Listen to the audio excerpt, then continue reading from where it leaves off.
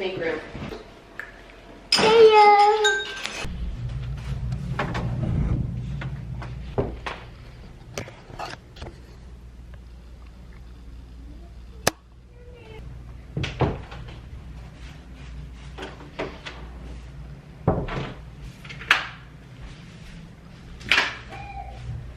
Okay, genuinely, I don't even know why I'm filming this.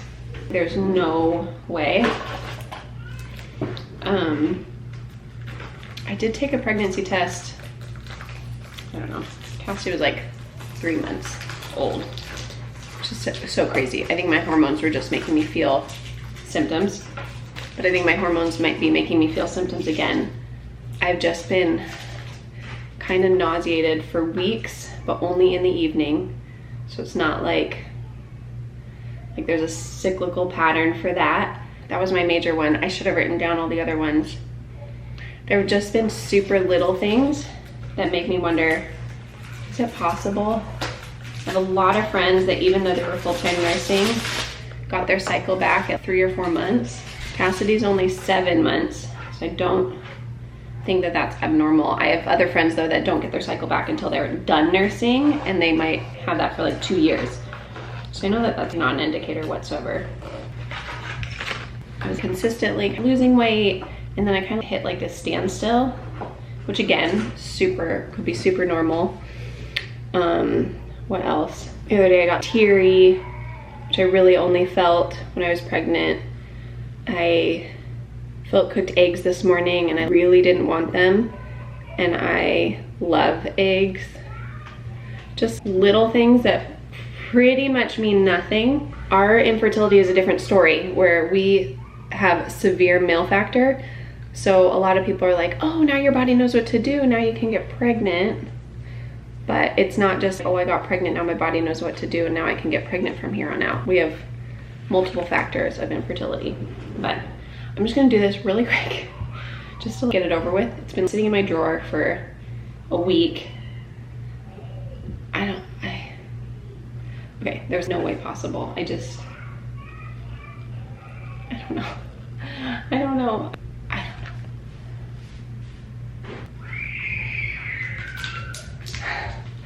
So I know a lot of people are all about first morning. I always had the best pregnancy test at 10 a.m., not with my morning pee. Just a side note for other people. But this is not over trying and I'm checking 5 days early. I'm either pregnant or I'm not.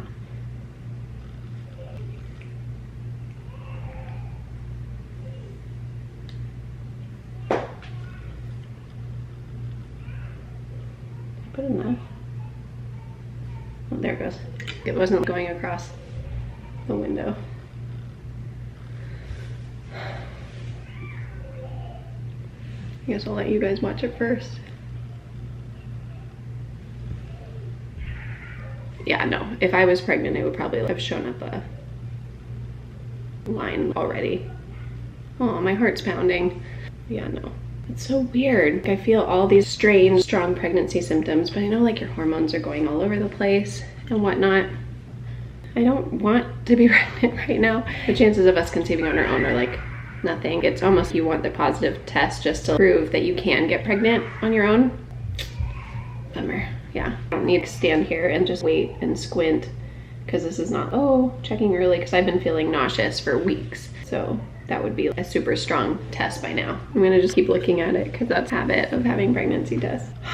Just, it's so infertility. This is exactly that infertility feel of you're just bummed because it just can't just happen. I mean, literally, I have a 7-month-old that we just went through a lot. She had open heart surgery and it was just a lot. And I have 3 kids. We want a big family, so I thought I would have more kids by now, so maybe that's part of it. I didn't think that Callie and Cassidy would have such a big gap, but that is what we call a nice negative test. So I'm glad I took it, because in the back of my mind, like, it doesn't matter if I take it or not. If I'm pregnant, I'm pregnant. And I don't need to know now. I can know in a couple weeks.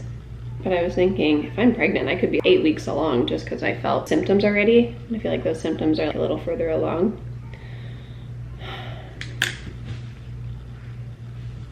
It's so weird.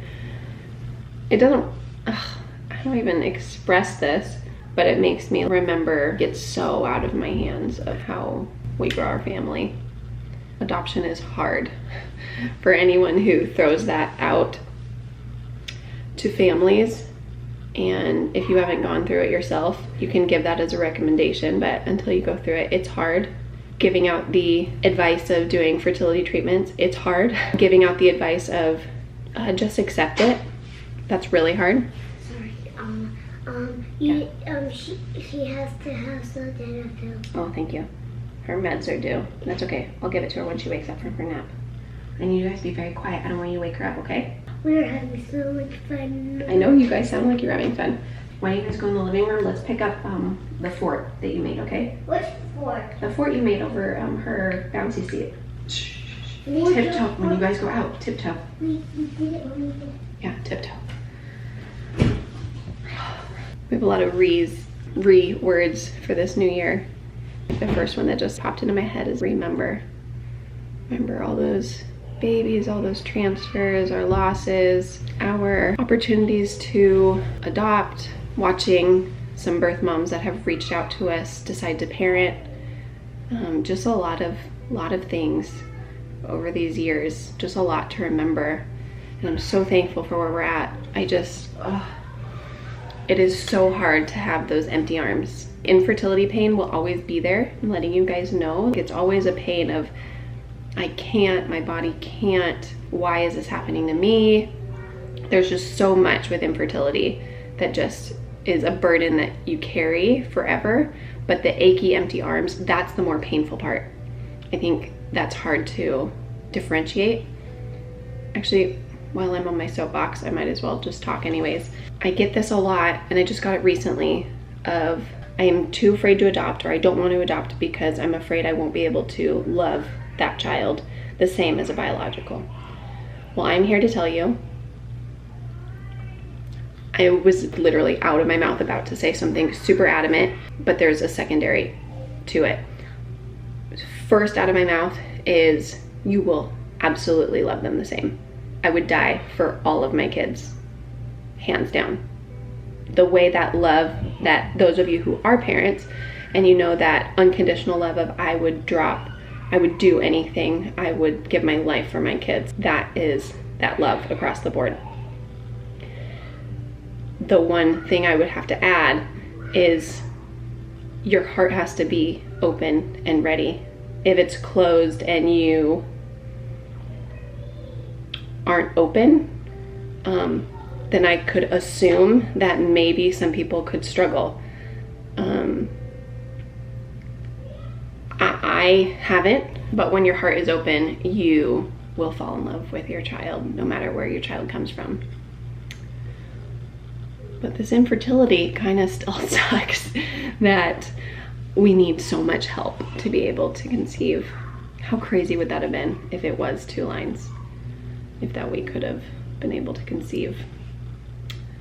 Don't you do the thing? It's a habit. You just look and be like, I know where the line's supposed to be. Could that be a line? What if I take a picture and put it in the negative and see if maybe there's a line? Anyone who has even tried to conceive knows what I'm talking about. Is it possible? Well, I'm glad I took it, but I've been kind of holding on to that for like weeks of feeling maybe I could be. Infertility stinks, and I'm really sad for any of you who have to go through that because it's not fun. And for those of you who love and support someone through infertility, that's not super fun either. It's hard. It's hard to walk through, and Philip and I are super excited. We are working on something to support people walking through infertility and for the support team, whether that's mom, aunt, spouse, friend, anywho. Okay, well, I took a pregnancy test. I mean, I haven't even had a cycle. I haven't even ovulated necessarily. I mean, it could have ovulated, but anyhow. Okay. Thank you guys for watching. Thank you for hearing my infertility stinks rant. Love you guys.